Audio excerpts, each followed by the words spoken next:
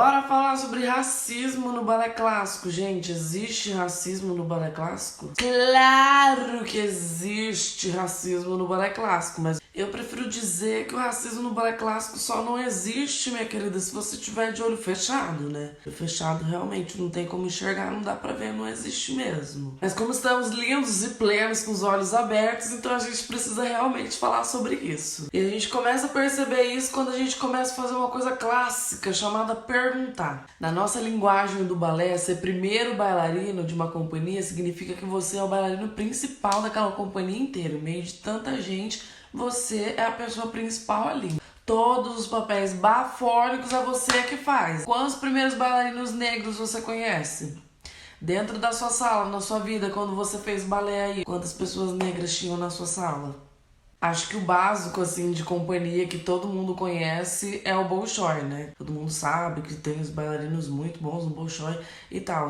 Quantos bailarinos negros tem no Bolshoi? Porque, pelo que eu sei, zero. Não existem bailarinos negros numa companhia que é considerada a maior companhia de balé do mundo. Não tem uma pessoa negra, nem na equipe técnica que vai direção e sei lá o que faz tudo na companhia, até os bailarinos. Não existem pessoas negras trabalhando na maior companhia de dança clássica do mundo. Mas aqui estou eu, Isadora, bailarina preta desde os 2 anos de idade eu estudo balé. E eu acho importante ressaltar que eu comecei a fazer balé clássico dentro da escolinha que eu estudava, uma escola particular em São Paulo. Então isso vai ser muito importante pra gente, vocês já vão entender o porquê.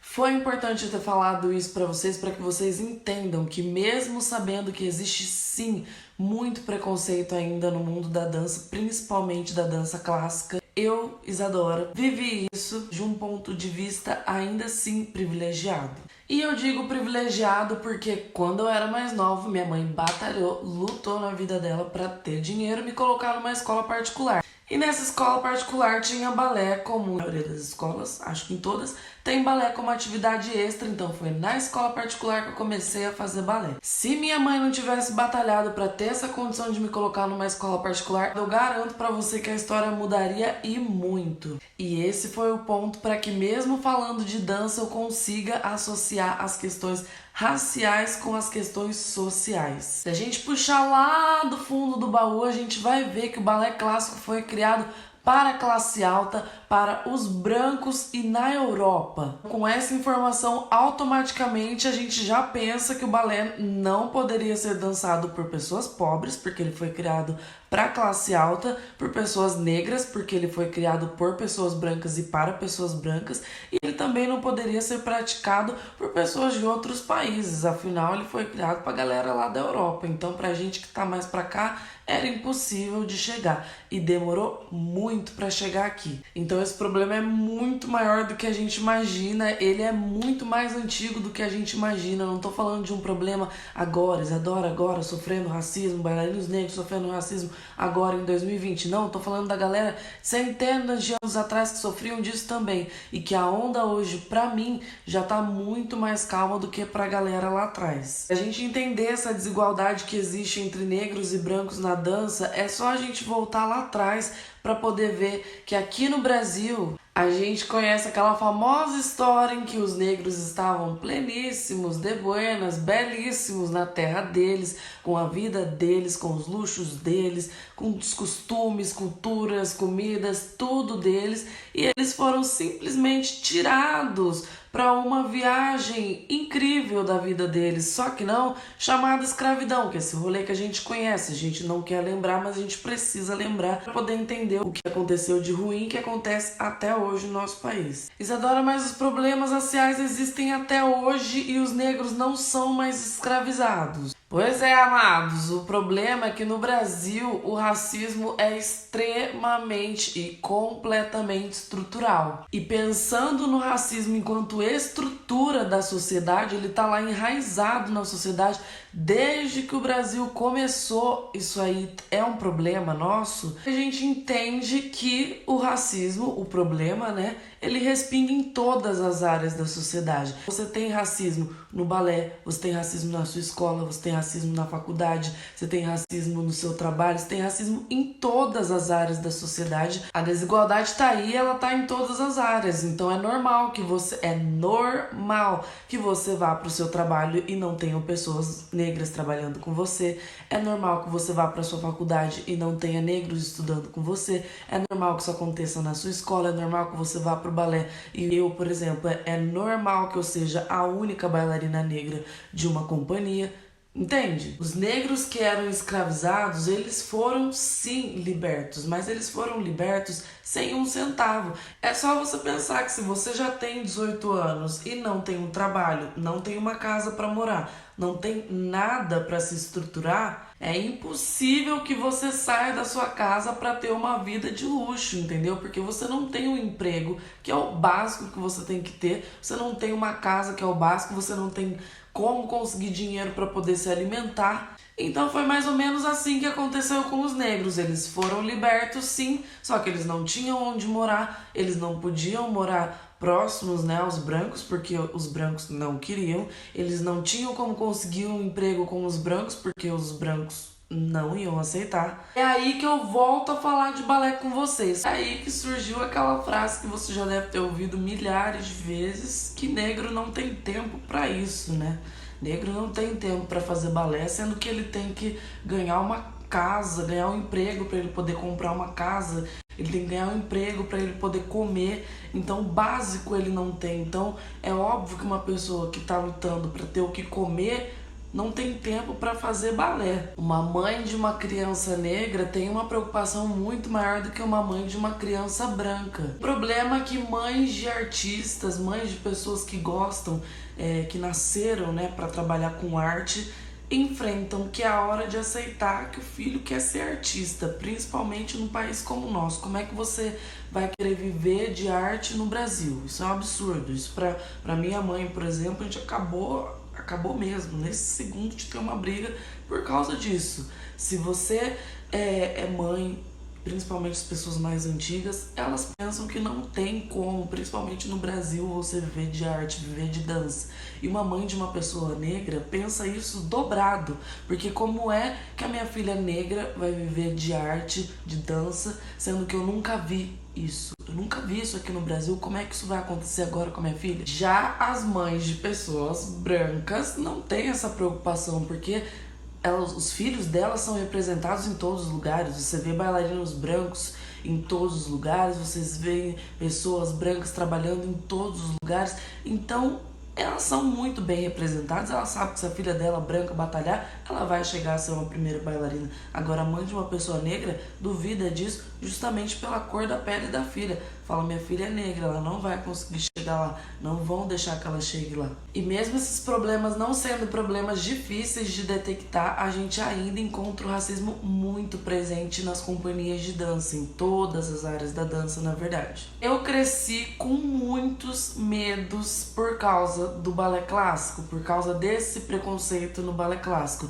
Dos meus 2 anos de idade até os meus 8 anos, eu realmente era a única negra dentro da sala. Dos 8 anos em diante, eu comecei a estudar na Escola Municipal de Bailado, depois que eu me mudei de cidade. Então, pra mim, ficou mais fácil essa barra aí de ser a única negra dentro da sala. Por a escola ser uma escola de dança pública, todo mundo tinha acesso, desde a pessoa mais pobre à pessoa mais rica estudava na escola. Então aqui ficou normal pra mim ter mais de 1, 2, 3, 4, 5 pessoas negras dentro da sala comigo. Isadora, mas qual o problema de não ter pessoas negras estudando com você? Representatividade, que é o básico, porque quando você é branco, você se vê representado em todos os lugares. Existem bailarinos brancos, todo mundo é branco em volta de você. E você se vê representado. A bailarina branca, ela vai aprender desde cedo que o coque dela tem que estar esticadíssimo no gel, porque o cabelo dela é liso. Se ela deixar o cabelo solto, não vai dar pra ela dançar, porque vai atrapalhar.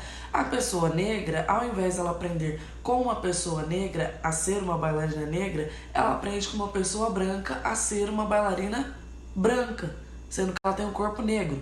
Você me entende? Esse lance do cabelo, por exemplo, se tornou um medo pra mim, porque eu tive um problema químico no meu cabelo quando eu era novinha e ele caiu. E eu fiquei sem cabelo. E eu ia pro balé. E bailarina precisa de coque, né? É o básico, assim, da imagem da bailarina branca que a gente tem. Ela precisa de coque. E eu, com essa imagem branca bem formada na minha cabeça, eu fiquei em choque que eu não ia poder fazer um coque, entendeu? Era o meu maior incômodo todos os dias na sala, é porque todas tinham um coque esticado e eu não tinha coque. Eu usava arquinho, porque meu cabelo era um black, assim, pequenininho. E eu usava arquinho. E quem tinha trabalho era minha mãe, que tinha que gastar horrores pra colocar trança no meu cabelo, que seria como um alongamento, e eu poderia fazer o meu coque. Se eu fosse representada, se eu tivesse bailarinas negras no meu dia a dia, se eu tivesse sido representada antes, eu entenderia que tudo bem não fazer um coque, que eu posso sim usar meu cabelo black, porque meu cabelo, ele é obediente, né? Então, quando eu dançar, se eu soltar isso daqui, ele vai permanecer no mesmo lugar, ele não vai atrapalhar, a menos que eu faça minhas anteninhas, mas ele não atrapalha em nada. Você pode girar, pode se descabelar, que ele vai continuar aqui. Se eu tivesse sido representada antes, eu saberia que uma bailarina negra não tem que usar meia rosa, e sim meia marrom, meia preta, da cor dela. E só depois de velha, depois de muitos anos de dança, eu fui entrar num palco como eu deveria ter entrado a minha vida inteira. Mas não entrei porque eu não tinha essa informação. Se eu soubesse, gente, é tão mais maravilhoso dançar de meia marrom. Então, depois de grande que eu fui conhecendo outras bailarinas negras, como Ingrid Silva, Michaela The Prince e outras bailarinas incríveis, que eu fui vendo que eu posso sim usar um black numa coreografia ou durante a aula, que não vai me atrapalhar, que é o jeito de uma bailarina negra ser, que eu não preciso estar com meu cabelo esticado, que eu não preciso agredir o meu cabelo para mudar de ser negra, de ser uma bailarina negra para tentar ser uma bailarina branca. Eu não preciso disso, que eu devo usar a sapatilha do meu tom de pele, a meia do meu tom de pele. E hoje eu posso falar para vocês que eu nunca sofri racismo assim diretamente, de algum professor olhar no fundo do meu olho e falar alguma coisa relacionado ao meu tom de pele, mas indiretamente, com certeza. Você não precisa que uma pessoa olhe para você e fale uma coisa, você só percebe que aquilo também te inclui. E é por isso que eu dou graças a Deus que a gente cresce, adquire maturidade, a gente entende que certas coisas são assim, impossíveis de se ouvir e ficar quieto, mas quando a gente não tem maturidade, a gente ouve, a gente sente, a gente sofre por aquilo, mas ainda não sabe direito o que é aquilo. E aconteceu um episódio comigo, uma vez eu estava em sala, uma companhia, acho que com 30 pessoas dentro da companhia, e meu professor simplesmente virou para uma bailarina na minha frente e disse: "Você é perfeita para ser uma bailarina clássica, você é muito branca, você tem olhos azuis, você é loira." E eu dentro da sala assim: Jesus, o que será que eu tô fazendo aqui? Eu não sou branca, eu não sou loira, meu olho não chega nem perto de ser azul, o que aconteceu que eu tô aqui? Infelizmente, na dança é comum você ouvir esse tipo de comentário.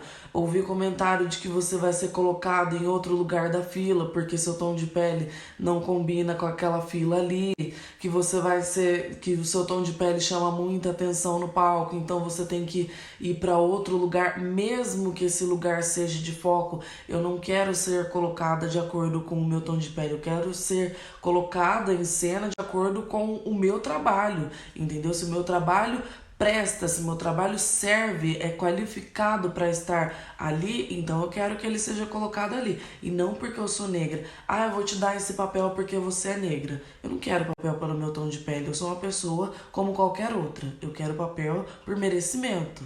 Então, meu conselho pra gente pelo menos começar a falar sobre isso é que você pergunte. Pergunta aí na sua companhia por que não existem bailarinos negros trabalhando com você. Pergunta no seu trabalho por que não existem negros trabalhando com você. Porque sim, gente, tem um problema muito grande aí. A gente precisa fazer com que essas pessoas cheguem também. Porque não existem bailarinos negros bons. E não existem bailarinos brancos bons, existem bailarinos bons, existem seres humanos que batalharam para chegar onde eles estão. Então, se tem branco fazendo coisa boa, também tem negro fazendo coisa boa, também tem negro capaz de fazer uma coisa boa, tanto quanto tem branco fazendo coisa boa também. Então, a gente precisa fazer com que isso chegue para todo mundo. Então é isso, o racismo na dança só não existe se a gente fechar o olho, né? De olho fechado ele realmente não existe.